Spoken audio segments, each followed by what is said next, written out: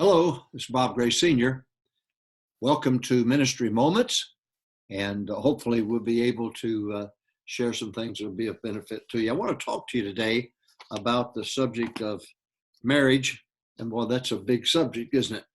But there's really a difficulty in America with marriages because 50%, and this has been a statistic that has been pretty consistent through the years, and that is the matter of 50% of our marriages ended up in divorce court. What a shame that is. And just because you're saved doesn't mean that you're immune to this type of a problem, because it's a real problem inside the local church as well as it is outside the local church. We have more people living together. I don't understand people. They say, that's my baby's mama.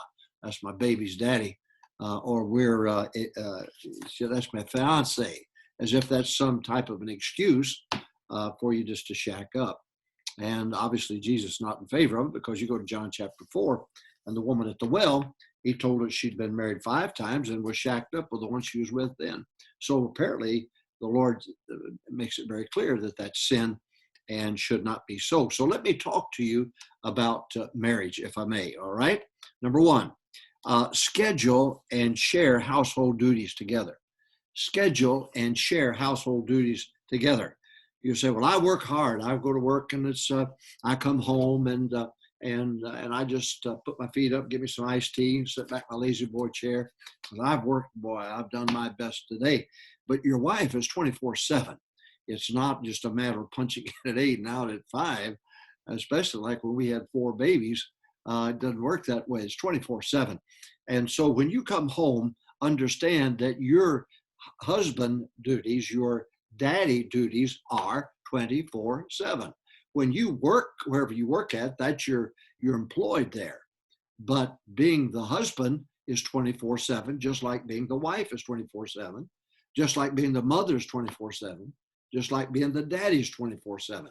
So when you look at this, you're going to have to change your thought process about this matter of marriage. So schedule and share household duties. I do the dishes. I do the laundry. Now, when I first did the laundry, I wish I could have told you I knew what I was doing, but I didn't. But I did it anyway, and I ended up with pink underwear.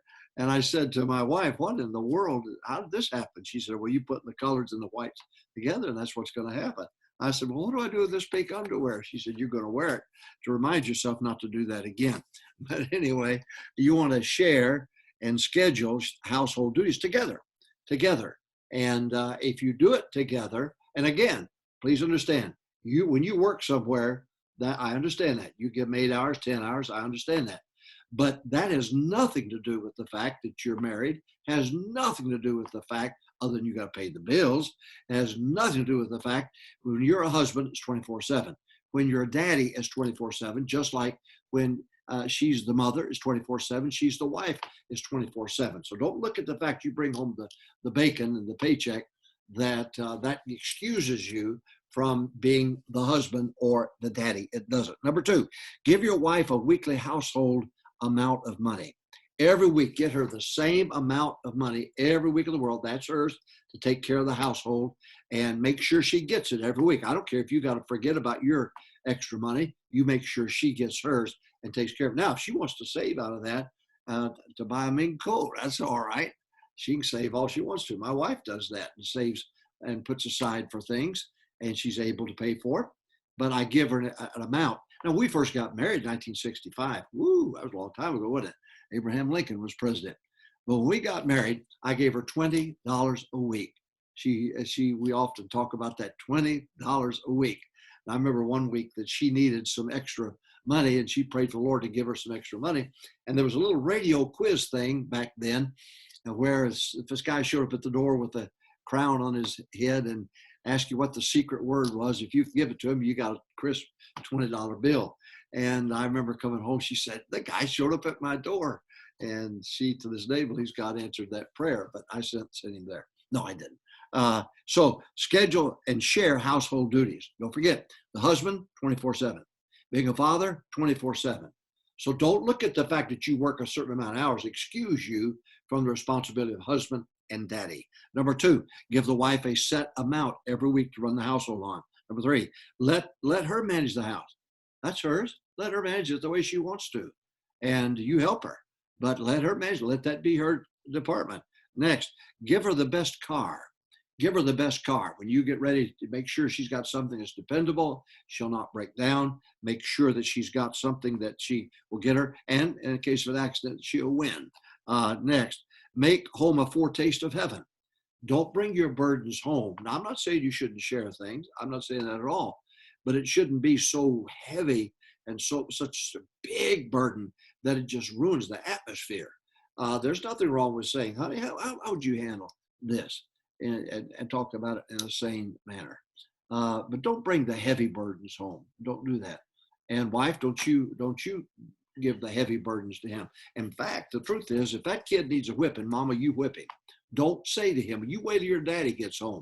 My wife never did that. She took care of it. She was a combination of Hitler and Mussolini. But our kids are all serving the Lord, married and faithful, and we're certainly very proud of them. So number one, schedule and share household duties. Number two, give the wife a set weekly amount. Number three, let her manage the house. That's up to her. Let her manage the house. Next, give her the best car that will not break down on her. You give her the best of the car. Make home a foretaste of heaven. It's all right to discuss things, but don't get into a fight about things that really have nothing to do with your relationship at home. Never argue in front of the children. If you got disagreement, get in the car, drive around the block, come back, and there, let it be. Decide, but don't do it in front. Don't let that be the role model. Don't let the daughter say, well, I've got to scream at my husband when I get married, because that's just what wives do. Or don't let the boy say, well, that's like daddy, boy, you just yell and scream, carry on. No, don't do that. Don't be the wrong role model for those kids. Next, rotate church attendance when the children are sick. When the children are sick, you rotate that church attendance. You stay home on Sunday morning, let her go. Then you reverse it Sunday night, and then reverse it Wednesday night. There's no sense in somebody just getting backslid, because God didn't give you those children to keep you from serving God or get backslid on God. God didn't do that. Church attendance is very important for you. Next, do not quit a ministry because of the children. If you're in the choir, stay in the choir. You're an usher, stay an usher. You teach a Sunday school class, you be the Sunday school teacher. You drive a bus, you drive the bus. You're the bus captain, be the bus captain. You work it out. You work it out. You be innovative enough to work it out. But don't you quit a ministry because of those children. God may take those children away from you so you'll have time to do his work. Now, don't do that now. Do not quit a ministry because of the children. Next, speak well of in-laws. Speak well of in-laws. Don't say to her, boy, you sound just like your mama. Don't say to him, boy, you sound just like your daddy. Don't do that. Next, win souls together. Win souls together. When we were up north, the first church that we pastored was a heavy Catholic area.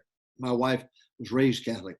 And in fact, 20 some miles away in Momence, Illinois, is where that church was. Chineke, the priest, he wrote the book 50 Years in the Church of Rome. And that's where all of that took place. And because heavy Catholic, but because of that, my wife would sometimes take the forward approach in a meeting with a couple. One of the best deacons we had, and one of the best couples we had up north were Catholics. And I couldn't get to first base with them, but Mrs. Gray did, because she had that Catholic background. So win souls together. Next, listen to each other. Listen to each other. Whoever told you that marriage was 50-50? That guy's in divorce court today. No, marriage is 100-100. She is not your daughter. She's not your maid. She's your wife. Where you are strong, she's weak. Where she is strong, you're weak. And you complement each other. And in the scripture, in Ephesians chapter 5 and chapter 6, God comes to the follower first before he comes to the leader. In the husband-wife relationship, guess to whom God comes to first? The wife. And he says submit, or an English word for adapt. Then he comes to the husband. Chapter 6, verse 1 and 2, he comes to the child first. Then he comes to the parent. In chapter 6, he comes to the employee first. Then he comes to the employer. 1 Corinthians chapter 11, verse 1, he comes to the church member first. Then to the pastor. You hold in your hand as the follower the future of that relationship. And God comes to the power in the relationship, and that's the power of the follower. You vote to keep soul winning alive at your church by being there or not being there. You vote to keep the doors open by your tithes and your offerings. Do you understand? You vote to keep Wednesday night Bible study open just by your very presence. Power's in your hand, make or break it. You're going to make or break Sunday night church. If you don't go, you're voting by absentee ballot. You're voting not to have it. So please understand, you need to listen to each other and ask you. Sometimes you ought to say, honey, what do you think this verse means? That might be good if you had a Bible discussion in your marriage. And let her ask you, honey, what does this mean? Now, you may not know. Well, go dig it out and find out. My wife would, when her health was good, she'd teach the ladies meetings, and then she'd run something by me every once in a while. And I said, wow, that was good. I'd write it down. I'm going to weave that in a sermon one of these days. And I did. And it's amazing the things that God will give both of you by you working together. All right, let's back up, see what we learned. Marriage, this is Ministry Moments, talking about marriage. All right, schedule and share household duties. Husband, you earn the money, bring it home, but that doesn't mean your husband duties cease just because you made the money. You're an employee, but the husband part's 24/7. The wife part's 24/7. The daddy part's 24/7. The mother part is 24/7. Number 2, give the wife a weekly household money, an exact amount every week. Number 3, let her manage the house. That's hers. Let her manage it. Number 4, give her the best car. Something will not break down. She can go ahead and take care of what she needs to take care of. Make home a foretaste of heaven. Don't come home and bring all the heavy stuff home. You take care of the heavy stuff. You carry the heavy load. But discuss things with each other. I think that's good. Never argue in front of the children. If you're upset about something, get in the car, ride around the block, and then come back. But don't do it in front of the kids. Rotate church attendance when the children are sick.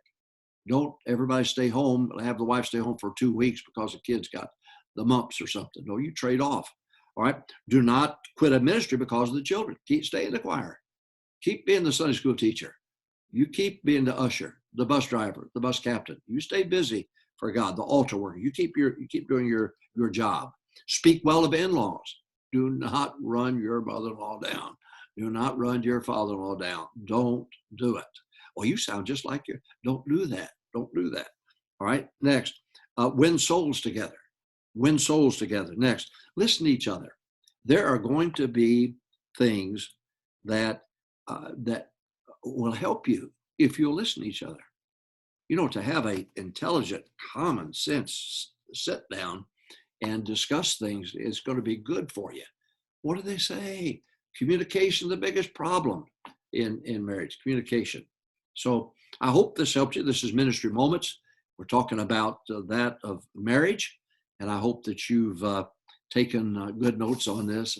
Lord willing, we'll meet every Friday, 3 o'clock, Facebook Live. We'll meet Central Time, 3 o'clock on YouTube, Solve Church Problems, YouTube, and then go to Ministry Moments and subscribe. And I hope you'll do it. I hope you'll join us every week. And God bless you. Thank you for being a part, and thank you for your prayers for Mrs. Gray. Mrs. Gray's home. As you know, she fell and broke 2 legs, and we've got to go see the surgeon this week. And we're hoping that the x-rays will show some good mending there. But boy, it's difficult when you got 2 broken legs. I don't know how in the world she keeps her sanity. But anyway, keep your soul. I know the coronavirus, the COVID-19, I understand all of that. But you still go out and go shopping. You still go out and go for a walk. Well, you'll meet people that you've never even met before. You take time and give them the gospel, and just keep soul winning going. Just keep it going. God bless you. Thank you for joining us. I'll see you again next week for Ministry Moments, 3 o'clock Central Time every Friday.